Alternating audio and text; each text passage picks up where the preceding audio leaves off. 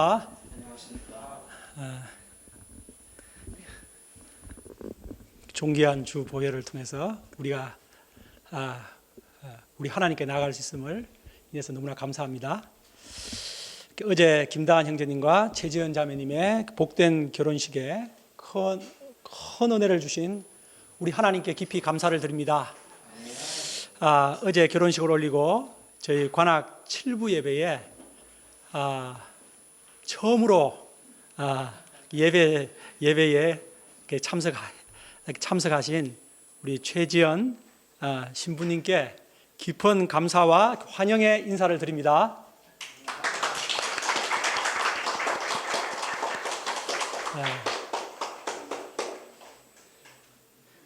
저희 관악 7부는 보시듯이 아주 작은 공동체입니다.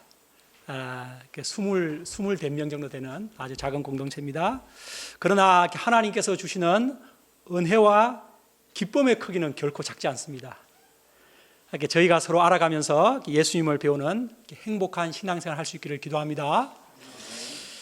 하나님께서 화요일부터 있는 신혼여행에도 우리 하나님께서 많은 은혜 주시기를 기도합니다. 어제 저는 주례사를 섬기며 너무 행복해서 마치 제가 꿈을 꾸는 것 같았습니다. 제 생에 가장 행복했던 더데이는 물론 제가 결혼했던 날이고요.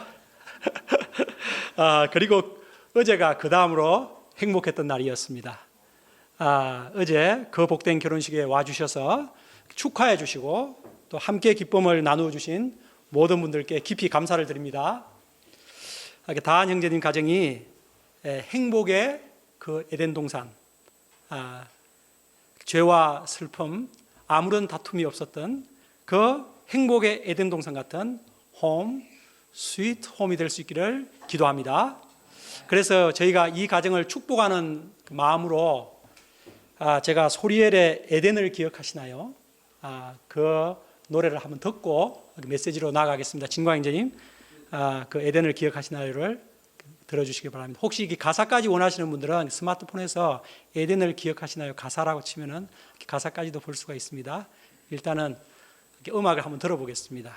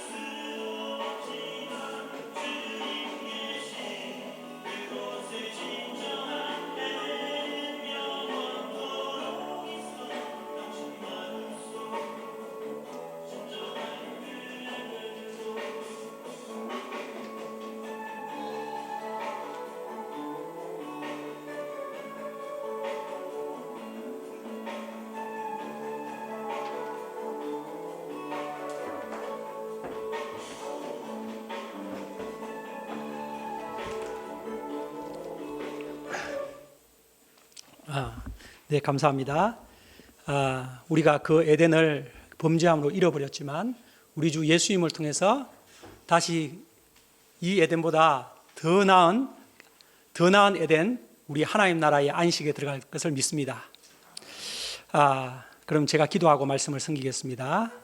고마우신 하나님 아버지, 저희들을 우리 주 예수님을 통해서 정말 죄로부터 구원하시고 우리 하나님의 자녀 되어 이렇게 매주마다 또 주의를 지키며 우리 하나님의 안식을 누리는 참으로 복된 인생을 살게 하시니 감사합니다. 주님께서 이 시간 말씀을 들을 때 주님 말씀이 저희의 마음의 믿음과 결부되게 하시고, 그래서 말씀을 통하여 우리 하나님의 임재를 체험하게 하시고 우리 하나님의 깊은 안식에 들어갈 수 있도록 도와주시옵소서. 이 죄인이 말씀을 잘 섬길 수 있도록 하나님께 축복해 주십시오. 우리 주 예수님 이름으로 기도합니다.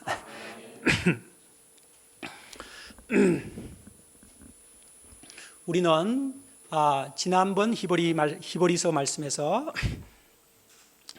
하나님의 안식에 들어가기를 힘쓰라 라는 것을 배웠습니다. 우리 인간은 범죄함으로 안식을 잃어버린 restless wanderer들이 되었습니다. 오늘날 하나님을 모르는 사람들의 마음에는 안식이 없습니다. 여행을 다니고 온갖 재미난 것들을 다 해보지만 결국 마음은 피곤하고 참된 안식이 없습니다. 이는 안식이 근본적으로 하나님으로부터 오는 것이기 때문입니다. 나니아 연대기를 쓴 C.S. 루이스는 우리가 하나님을 만났을 때의 그 느낌은 마치 방황하다가 집으로 돌아온 듯한 편안함, 곧 안식이라고 했습니다. 우리 관악칠부 모든 분들이 이 하나님의 안식을 이 땅에서 충분히 누리며 사시다가 자신의 사명을 완수하고 장차 하나님 나라의 완전한 안식에 다 들어가시기를 간절히 기도합니다. 오늘의 말씀도 지난번 안식에 관한 말씀에 연결되어 있습니다.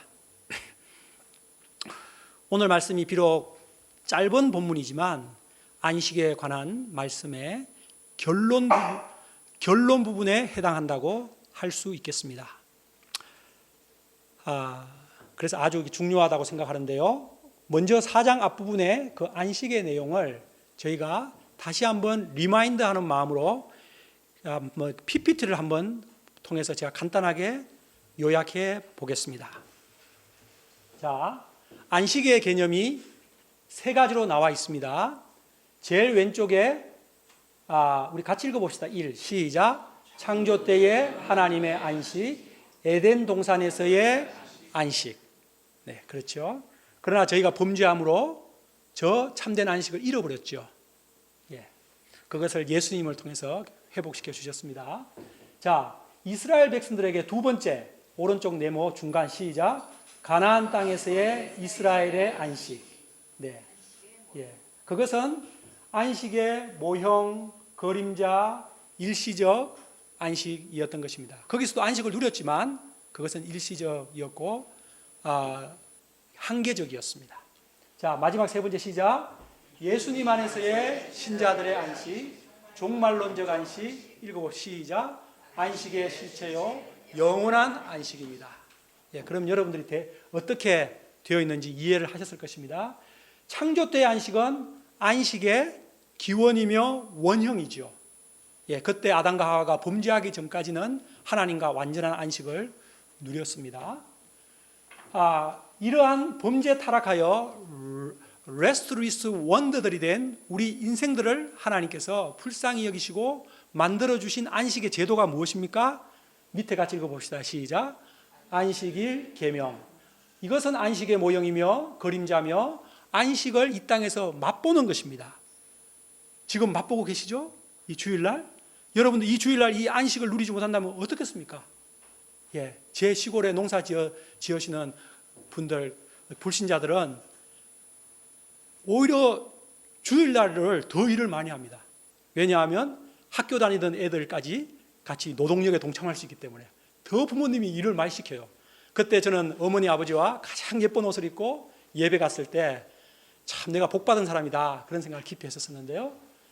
우리가 이 안식일을 이렇게 누리면서 하나님 나라에서의 완전한 안식을 7일에 한 번씩 1년에 몇 번? 52일 하나님이 이렇게 엄청난 안식을 우리에게 주시는 겁니다. 그걸 맛보다가 우리가 하나님 나라의 영원한 안식에 들어갈 줄 믿습니다. 그럼 우리 12, 13절을 같이 읽어보죠. 하나님의 말씀 시작. 하나님의 말씀은 살아있고 어떤 것보다도 혼과 영과 및 관절과 골수를 찔러 쪼개기까지 하며 또 마음의 생각과 뜻을 판단하니 지으신 것이 하나도 그 앞에 나타나지 없고 우리의 결산을 받으시리에 눈앞에 벌거벗은. 요거를 한 5분 정도만 더 이렇게 띄워놔 주시기 바랍니다. 요거 약간 참조가 됩니다. 3장 11절부터 4장 11절까지 안식에 대한 말씀이 줄기차게 나오지 않습니까? 안식이라는 단어만 동그라미 해보면 총 10번이 나옵니다. 거기에 쉰다든지 우리가 거기에 들어간다, 거기라든지 이런 것까지 다 합치면 14번에 해당하는 것입니다. 안식에 대하여 이렇게 풍성하게 다루고 있는 다른 성경 본문이 없습니다. 그런데 저자가 안식에 대하여 줄기차게 이야기를 하다가 갑자기 12절에서 하나님의 말씀은 살아있고 활력이 있어 라고 말하고 있습니다. 아니, 안식에 들어가는 것과 이 12절 하나님의 말씀과 도대체 무슨 관계가 있단 말인가? 저는 처음에는 이게 잘 이해가 되지 않았습니다. 여러분들도 지금 앞부분에 그 안식을 줄기차게 얘기하다가 안식에 들어갈 길을 힘쓰라고 하다가 하나님의 말씀은 나올 때 이해가 잘 되십니까? 그래서 제가 영어 성경, 쉬운 말 성경, 원어까지 찾아봤습니다. 그러자 12절 말씀 하나님이라는 단어 앞에 원어에는 God, 왜냐하면 이라는 뜻의 God가 있고 영어 성경에는 for, F-O-R, for가 있고 쉬운 말 성경에는 참으로 하나님의 말씀은 이렇게 나오고 접속사가 있습니다. 이를 통해 이 12절과 13절 말씀이 하나님의 안식에 들어가기를 힘써야 하는 이유, 또 하나님의 안식에 들어갈 수 있는 비결을 가르쳐주는 말씀이라는 것을 깨닫게 되었습니다. 곧 하나님의 안식에 들어가기 위해서 가장 중요한 것이 말씀 앞에 자신의 삶을 비추는 것임을 알게 되었습니다. 우리는 지난번 말씀에서 출애굽 조상들이 왜 하나님의 안식에 들어가지 못했는지 그 이유를 배웠습니다. 다 이제 혹시 기억나세요? 왜 출애굽 조상들이 안식에 들어가지 못했다고요? 순종하지 않았기 때문인데 그것을 4장 2절의 말씀을 통해서 보면 무슨 단어가 있죠? 그렇죠. 하나님의 그 말씀과 자신의 그 믿음을 결부시키지 않았기 때문이라고 되어 있습니다. 제가 그때 하나님의 말씀과 믿음과의 관계가 자전거의 앞바퀴, 뒷바퀴와 같다고 비유했습니다. 출애굽 조상들이 그 안식에 들어가지 못한 이유가 말씀과 믿음을 결부시키지 않았기 때문임을 우리가 생각할 때 우리는 안식에 들어가기 위해서 말씀과 믿음을 결부시키는 삶을 살아야 함을 배웁니다.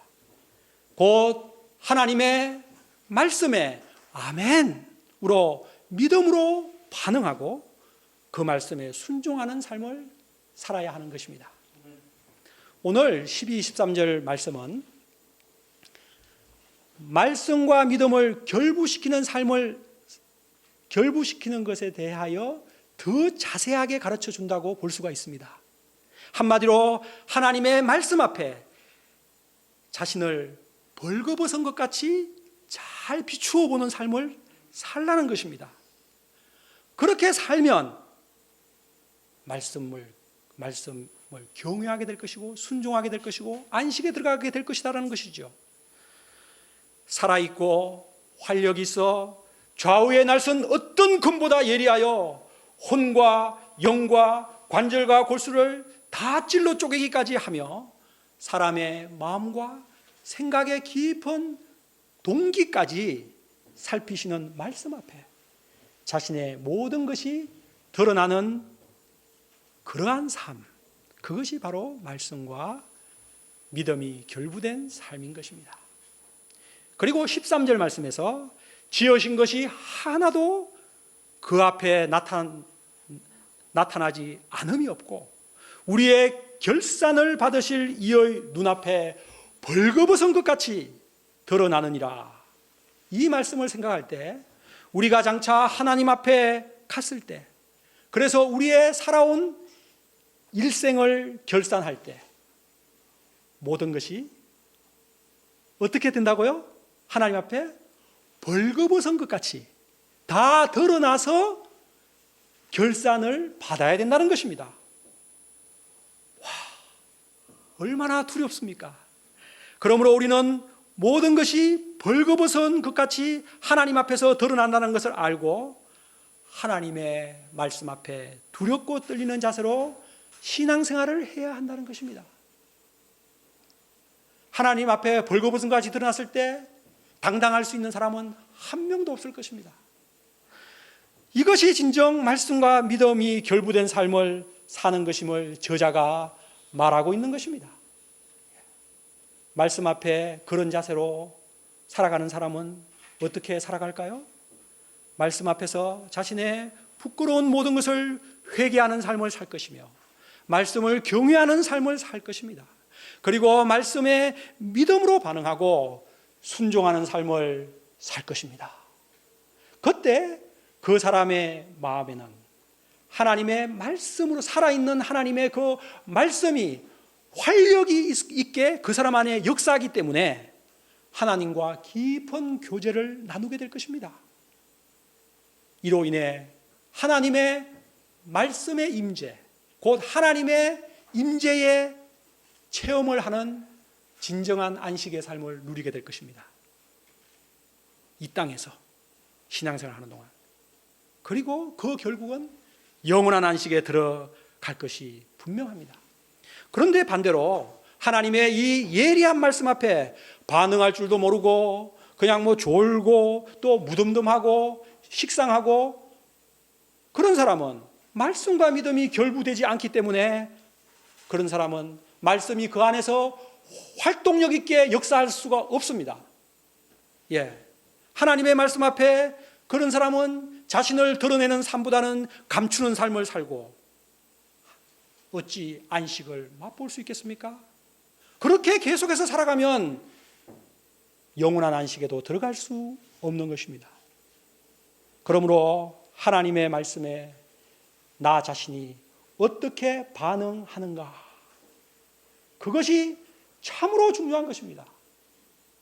신앙생활의 핵심은 하나님의 말씀에 내가 어떻게 반응하는가, 그것이 신앙생활의 핵심입니다. 성경책 들고 다니는 것이 아닙니다. 예배 그냥 나오는 것이 아닙니다.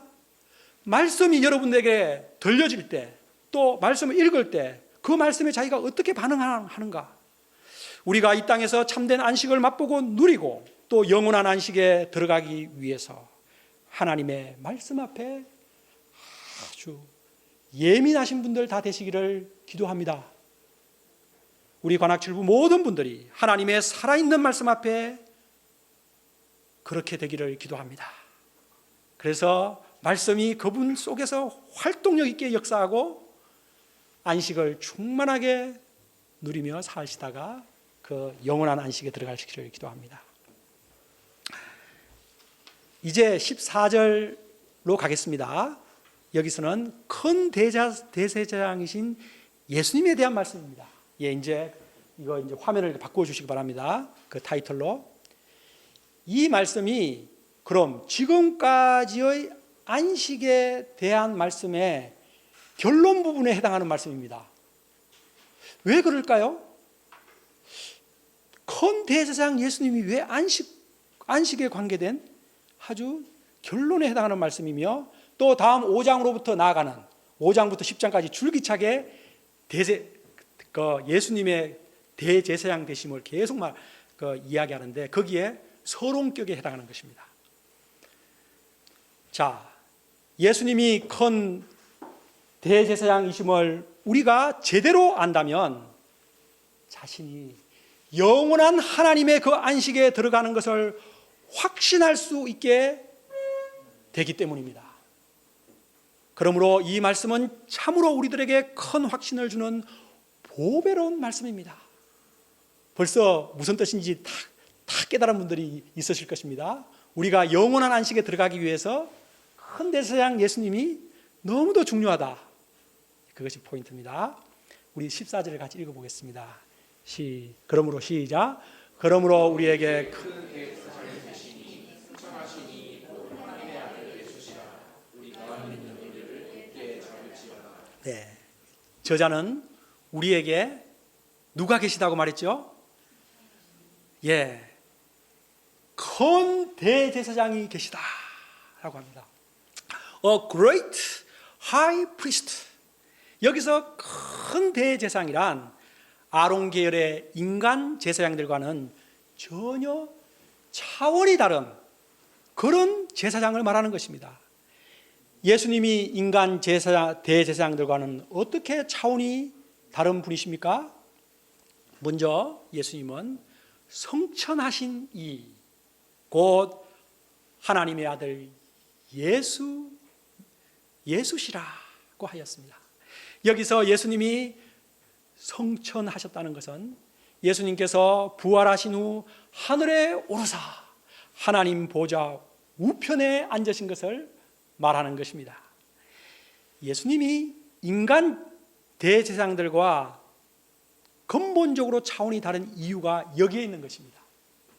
인간 대제사장들은 이 땅에서, 이 발을 딛고 사는 이 땅에서 제사장의 역할을 수행하지만, 예수님은 하늘에 오르사 하나님 보좌 우편에서 하늘에서 대제사장의 역할을 감당하시는 것입니다. 그러므로 예수님은 이 땅의 제사장들과는 차원이 다른 하늘의 대제사장인 것입니다. 그래서 여기서 큰 대제사장, a great high priest라고 한 것입니다. 땅의 제사장이었던 아론 계열의 제사장이나 멜기세덱은 큰 대제사장이라는 칭호를 받은 적이 없습니다. 그냥 대제사장까지만 받았었습니다. 이처럼 하늘의 대제사장, 큰 대제사장이신 분이 바로 우리들이 신앙 고백하고 믿는 하나님의 아들 예수님이십니다. 여기서 하나님의 아들은 신성의 측면을, 예수라는 이름은 인성의 측면을 말하는 것입니다. 하나님의 아들께서 이 땅에 인간의 몸을 입고 오셨을 때 받은 이름이 예수입니다. 그전에는 예수라는 단어가 없습니다. 예수님은 이처럼 신성과 인성, 신성과 하나님으로서의 신성과 인간으로서의 인성을 다 갖추신 완전한 하나님, 완전한 인간이십니다. Perfect God, Perfect Man입니다. 그러므로 이 예수님이야말로 하나님과 인간 사이를 온전하게 중보해 줄 수 있는 진정한 대제사장이신 것입니다. 하나님과 인간 사이를 중보하고자 할 때 우리도 생각을 해봅시다. A와 B를 중재하고자 할 때 그 중재자는 어떤 사람을 세웁니까? A하고 친한 사람? B하고 친한 사람? A와 B를 다 친하게 아우를 수 있는 사람이죠. 그처럼 예수님은 하나님 편에서도 잘 아시고 인간 편에서도 잘 아시는 분이십니다. 그래서 디모데전서 2장 5절은 이렇게 말하고 있습니다. 하나님은 한 분이시요 하나님과 사람 사이의 중보자도 한 분이시니 곧 사람이신 그리스도 예수시라. 그러면 예수님이 우리를 하나님께 잘 중보해 주실 수 있는 그 구체적인 이유가 무엇입니까? 15절을 읽겠습니다. 시작. 우리에게 있는 대제사장은 우리의 연약함을 동정하지 못하시리가 아니고 모든 일에 우리와 똑같이 시험을 받으시니 죄는 없으시니라. 네. 우리에게 이런 질문이 생길 수가 있습니다. 야, 예수님이 하늘에 계신 큰 대제사장이신데 그 높은 하늘에서 어떻게 과연 이 낮은 이 땅에 사는 우리 인간들의 연약함을 돌보실까? 또 사람들이 너무 많지 않은가? 근데 이 조그마한 나라에 살고 있는, 이 나라에 또 조그마한 봉천동에 살고 있는 나 한 사람을 돌보실까? 이런 생각을 할 수가 있습니다. 이에 저자는 무엇이라고 말합니까? 하늘 대제사장 예수님은 우리의 연약함을 동정하지 못하실 이가 아니요. 저자는 이중부정을 사용하여 예수님이 우리의 연약함을 반드시 동정하시는 분이심을 강조하고 있습니다. 여기서 동정한다는 것은 공감하고 도와준다는 뜻입니다. 여러분, 자기를 누가 공감해 주면 좋지요, 그죠? 공감해 줄 수 있는 사람이 찾아오면 여러 사람이 있어요. 근데 도와주는 데는 좀 한계가 있어요. 그러나 예수님은 공감도 해주시고 또 다 도와주실 수 있는 능력이 있으세요. 예수님께서 우리의 연약함을 공감하고 도와주실 수 있는 이유는 모든 일에 우리와 똑같이 시험을 받으셨기 때문입니다. 곧 우리 인간의 모든 연약함에 동참하셨기 때문입니다. 예수님의 그 동참의 정도를 저자는 모든 일에 우리와 똑같이 라고 말하고 있습니다. 모든 일이란 모든 영역에서 똑같이는 조금도 차이가 없이 라는 뜻입니다. 예수님은 우리와 똑같은 인성을 가지고 태어나셨기 때문에 모든 영역에서 우리와 똑같이 인간으로서의 연약함을 다 동참하셨습니다. 여러분, 과부 사정은 과부만 안다는 말이 있듯 똑같은 형편에 처해보지 않고는 그 사람의 고통을 깊이 공감할 수 없는 것입니다. 그래서 사람들은 누가 자기를 비난하면 네가 나를 알기나 해? 이렇게 힘들어하는 말을 하는 것입니다. 내 형편도 모르면서 그런 말 하지 마, 이런 뜻이죠. 그러나 예수님은 모든 영역에서 우리의 연약함을 체험하셨기 때문에 우리의 형편을 깊이 공감하고 도와주실 수 있는 분이십니다. 여러분, 예수님의 생애를 생각해 보십시오. 예수님은 마구간에 태어나심으로써 운명적인 사람들과 같은 형편에 처하셨습니다. 그리고 무시받는 갈릴리 나사렛에서 가난한 몫으로 생활하셨습니다. 얼마나 예수님을 종교지도자들이 무시했습니까? 나사렛에서 무슨 선한 것이 나겠느냐? 갈릴리에서는 선지자가 나지 못하느니라. 예수님을 거의 이단 교주 취급을 했습니다. 또 광야에서 40일 금식하는 가운데 사탄으로부터 물질에 대한 시험, 명예에 대한 시험, 권력에 대한 교만의 시험을 다 받으셨습니다. 뿐만 아니라 제자들로부터 배신당하셨고 겟세마네 동산에서 통곡과 눈물로 기도하셨고 십자가에서 처절한 죽음의 고통까지 맛보셨습니다. 예수님의 삶은 고난으로 시작해서 고난으로 끝난 삶이었습니다. 한마디로 예수님은 고난의 종이셨습니다. 이사야 선지자는 이 고난의 종 예수님을 가리켜 그는 멸시를 받아 사람들에게 버림받았으며 강고를 많이 겪었으며 질고를 아는 자라고 했습니다. 강고는 고통, suffering이고 질고는 연약함을 말하는 것입니다. 이처럼 예수님께서는 우리의 모든 연약함을 다 체험하셨기 때문에 우리의 연약함을 깊이 공감해 주실 수 있으시고 도와주실 수 있는 것입니다. 예수님은 수제자 베드로가 연약해서 예수님을 부인하고 실족할 것을 아셨습니다. 그러나 그를 책망하시기보다 내가 너를 위하여 내 믿음이 떨어지지 않기를 기도하였노니 네가 돌이킨 후에 내 형제들을 굳게 하라는 격려의 말씀을 하셨습니다. 참으로 예수님처럼 우리의 연약함을 잘 아시는 분은 없습니다. 예수님처럼 우리의 연약함을 깊이 공감하시고 도와주실 수 있는 분은 없습니다. 남편도 아내도 부모도 예수님처럼 완벽하게 공감하고 도와주지는 못하는 것입니다. 그래서 많은 아내들이, 남편들이 섭섭하고 자녀들이 힘들어하는 것입니다. 다한 형제님도 다 그렇게 할 수는 없습니다. 우리의 연약함을 깊이 공감하시고 도와주시는 우리의 진정한 대제사장, 하늘의 큰 대제사장이신 예수님을 찬양합니다. 그런데 예수님은 모든 일에 우리와 똑같이 그런 모든 시험을 받았지만 죄는 없으신 분이십니다. 이것이 우리 인간과의 차이점입니다.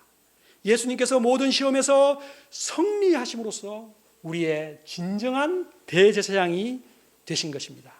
예수님이 우리와 똑같이 시험 받으셨기 때문에 우리를 깊이 공감하고 도와주실 수 있습니다.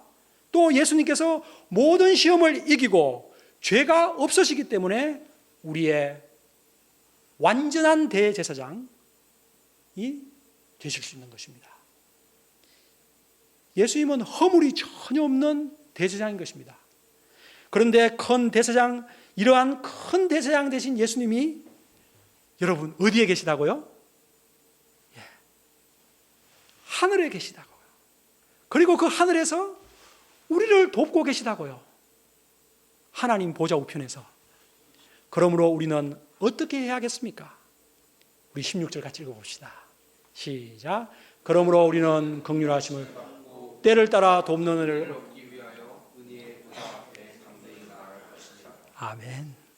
우리를 공감하시고 도와주시는 하늘의 큰 대제사장 예수님을 생각할 때 우리는 긍휼하심을 받고 때를 따라 돕는 은혜를 얻기 위해서 그 은혜의 보좌 앞에 담대히 나아갈 수 있습니다.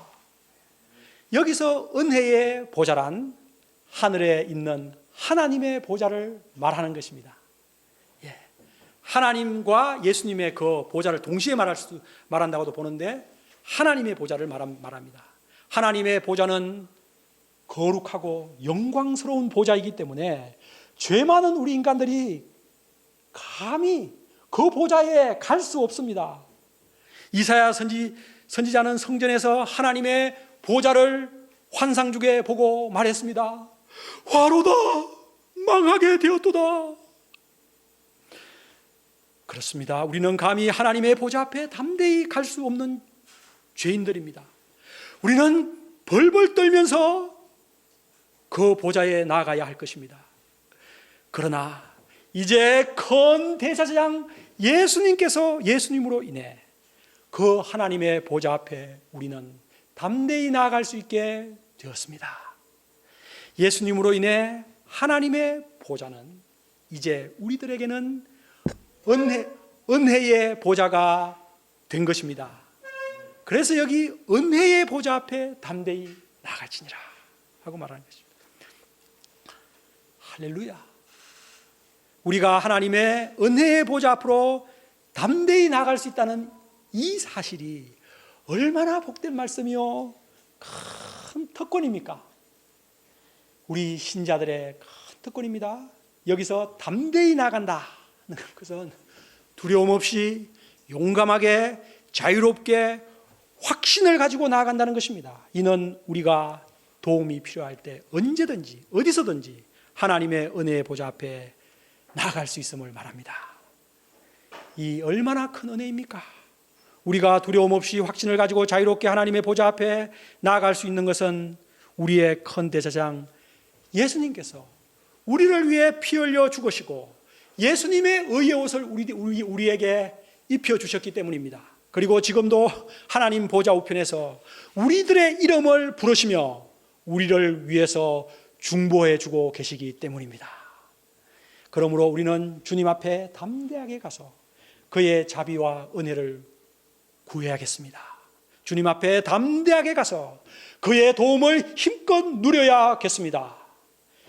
우리가 이 은혜의 특권을 마음껏 누리는 신앙생활 할 수 있기를 기도합니다. 우리의 큰 대제사장이신 예수님을 찬양합니다. 함께 요절인 14절 읽겠습니다. 시작. 그러므로 우리에게 큰 대제사장 성천하시니 곧 하나님을